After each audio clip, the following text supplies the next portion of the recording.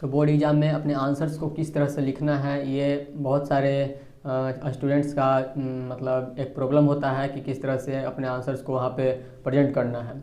इसके लिए बहुत से स्टूडेंट जो होते हैं बहुत टेंशन लिए हुए रहते हैं। तो उसके लिए कुछ टेंशन नहीं लेना है कि हाँ किस तरह से वहाँ पे लिखना है, किस तरह से नहीं लिखना है। हम एक वीडियो अभी दिखाएंगे कि किस तरह से हम लिखे थे और मैं कौन हूँ ये बता देता हूँ। मेरा नाम रॉकी कुमार है। मैं डिस्ट्रिक्ट टॉपर हूँ अपने ज़िले में इंटरमीडिएट के 2022 के एग्ज़ाम में। और आप लोग मेरे से एक साल ही जूनियर हैं। तो आप लोग इसे देखिएगा और किस तरह से कैसा ये वीडियो है उसको बताइएगा, ठीक है। तो देखिए वीडियो। जब आप एग्ज़ाम हॉल में रहोगे तो आप लोगों को कुछ इस तरह का कॉपी देखने को मिलेगा। इसी पे आप लोगों को पूरा आंसर राइटिंग करना होता है, ठीक है। तो किस तरह से लिखना है, यहाँ पे अपना आंसर्स को लिखना है उसे देख लेते हैं। देखिए पहले हम जो है लैंग्वेज वाले सब्जेक्ट्स जैसे हिंदी, इंग्लिश और साइंस है उसको किस तरह से लिखना है। अगर आप पहले लिख रहे हैं, स्टार्ट करते हैं लिखने के लिए, ठीक है। तो जब आप स्टार्ट करते हैं तो यहाँ से स्टार्ट करिए। देखिए अगर आप यहाँ से लिख रहे हैं, ठीक है, इधर तो खाली जगह होता है।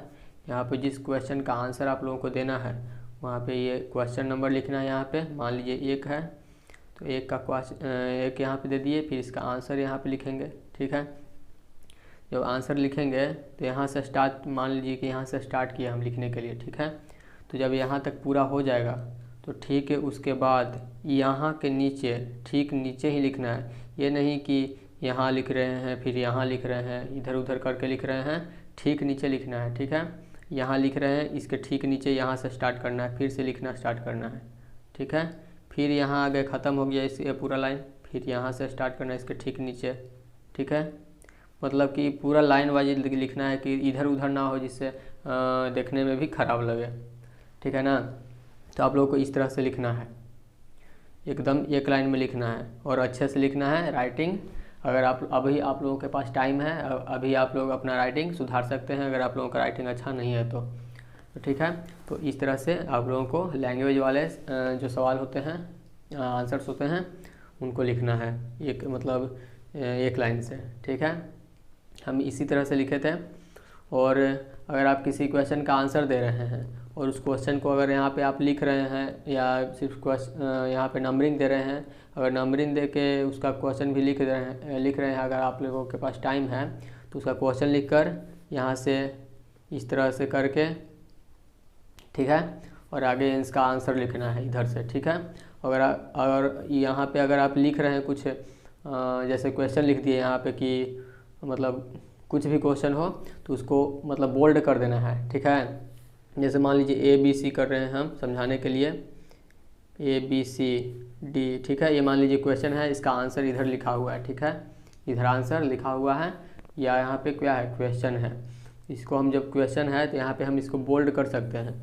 दूसरा रंग के कलम से नहीं करना है, एक ही पेन यूज करना है। और ये ब्लू है तो ब्लू है और ब्लैक है तो ब्लैक, ठीक है। तो इसको बोल्ड कर सकते हैं हम यहाँ पे जिससे देखने में अच्छा लगे, ठीक है। तो यहाँ पे इसको इस तरह से बोल्ड कर देना है, एक एक बार यहाँ पे दोहरा देना ऊपर से और अच्छे से बोल्ड करना है, ठीक है। तो यहाँ पे देखने में अच्छा लगता है, जो कॉपी चेक करेगा उसको अच्छा लगेगा देखने में, तो मतलब खुश हो जाएगा तो अच्छा नंबर देगा, है ना। तो इस तरह से आप लोगों को बोल्ड कर देना है क्वेश्चंस को। अगर कहीं पे छोटा क्वेश्चन है एक मतलब परिभाषा लिखने के लिए तो उसका क्वेश्चन यहाँ पे लिख दिया, बोल्ड कर दिए, देखने में भी अच्छा लगेगा, उसका नंबरिंग भी दे देंगे इधर, ठीक है। तो इस तरह से आप लोगों को लिखना है।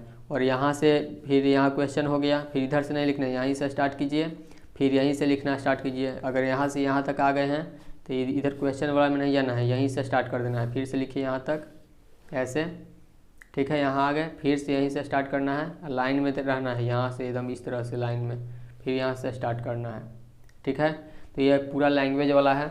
और जब आप फिजिक्स और केमिस्ट्री का आंसर राइटिंग करेंगे तो वहाँ पे जो एग्जांपल्स होता है उसको अच्छे से एक्सप्लेन करना है, क्योंकि एग्जांपल ही वहाँ पे मेन होता है।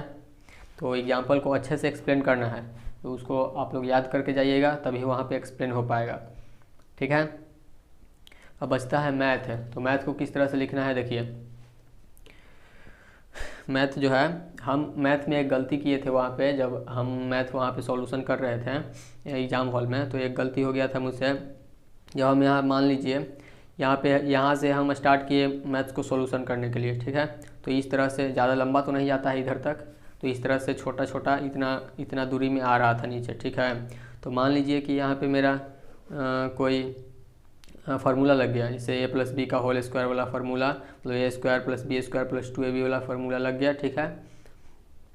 तो यहाँ पे फार्मूला लग गया, तो इसका क्या किए थे हम कि यहाँ पे ए प्लस, मान लीजिए यहाँ पे ए प्लस बी का होल स्क्वायर लगा, तो इसको साइड में करके इसके सामने ही ए प्लस बी का होल स्क्वायर लिख दिए, जैसे बुक में किया हुआ रहता है ना, उस तरह से। फिर यहाँ पे नीचे आ रहे हैं, ठीक है। फिर नीचे आ रहे हैं, मान लीजिए यहाँ पे cos 2 थीटा वाला सूत्र लग गया, cos 2 थीटा वाला, ठीक है। तो cos 2 थीटा वाला सूत्र लग गया, cos square theta minus sine square theta होता है। मान लीजिए यहाँ पे cos square theta minus sine square theta वाला सूत्र लग गया, तो यहाँ पे cos 2 थीटा इसका सूत्र होगा और इसके नीचे cos 2 थीटा लिखना था। तो यहाँ पे हम क्या करते थे, cos 2 थीटा बराबर cos square theta minus sine square theta करके और इसको इस तरह से बंद कर देते थे, बराबर A square plus B square plus 2ab करके इसको बंद कर देते थे। तो इससे मेरा क्या गलत हुआ, हम क्या गलत किए थे यहाँ पे कि जब इसको हम करते थे इस तरह से, तो यहाँ पे टाइम ज़्यादा लग रहा था, तो मेरा टाइम नहीं बचा लास्ट में मैथ्स को सॉल्यूशन करते वक्त। तो यही मेरा गलती हो, क्योंकि हम जो है शुरू से कभी भी इस तरह से हम जब भी मैथ सॉल्व करते थे तो इधर वाला करते थे, इधर कभी भी सूत्र नहीं लिखते थे, तो यहीं पे मेरा टाइम वेस्ट होने लगा था, ठीक है। तो इधर टाइम वेस्ट होने लगा, तो वहाँ पे टाइम मैनेज नहीं अच्छा से मतलब घंटी लगता है, 2-3 घंटी लगता है, तो ये पहला घंटी लगा, वहाँ पे मेरा बहुत ही कम क्वेश्चन जो है सॉल्यूशन किए हुए थे हम, तो मुझे मतलब डर लगने लगा वहाँ पे। तो फिर इस सब को छोड़ दिए, ये सब जो था ये सब लिख रहे थे हम, इसको छोड़ के सिर्फ सॉल्यूशन करने लगे। और सॉल्यूशन मतलब जल्दी जल्दी कर रहे थे, तो वहाँ पे गलती थोड़ा सा ओवर राइटिंग हो गया, वहीं पे मेरा नंबर कट गया मैथ्स में, ठीक है।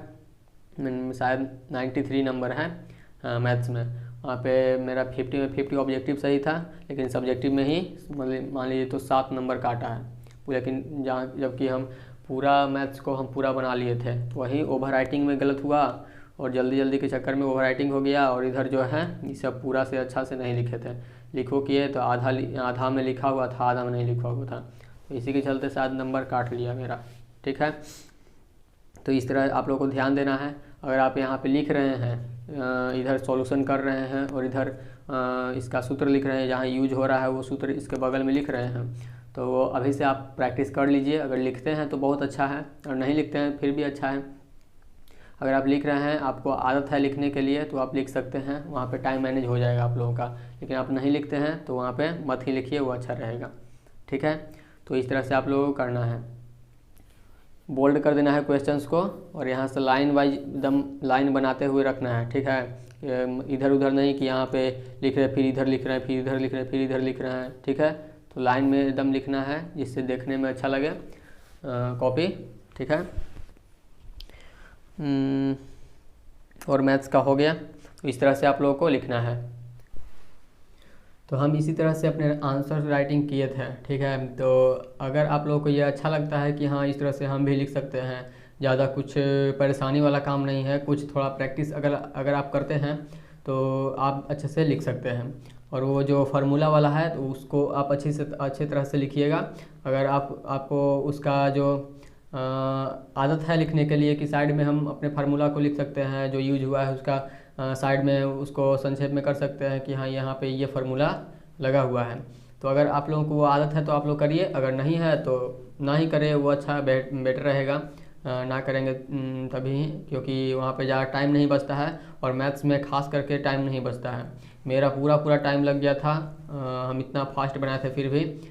तो आप लोग देखिएगा, उतना ज़्यादा टाइम मैनेज करिएगा, और किस तरह से टाइम एग्ज़ाम में मैनेज करना है उस पर हम एक वीडियो बना देंगे, तो आप लोग देख लीजिएगा। और इस चैनल पे आप लोगों को बहुत सारे ट्रिक्स मिलेंगे, जिससे आप हिंदी और इंग्लिश के लिए जो कवि परिचय होता है, लेखक के बारे में आप किस तरह से आसानी से याद रख सकते हैं, उसको यहाँ पे याद करवाया गया है। तो आप लोग वीडियो देखकर याद कर सकते हैं और हिंदी और इंग्लिश में अच्छे अंक ला सकते हैं, ठीक है। बताइएगा कमेंट में कैसा रहा ये वीडियो, और आप लोगों के लिए हेल्पफुल रहा कि नहीं रहा, ठीक है। तो कमेंट में बताइएगा। मिलते हैं नेक्स्ट वीडियो में, बाय।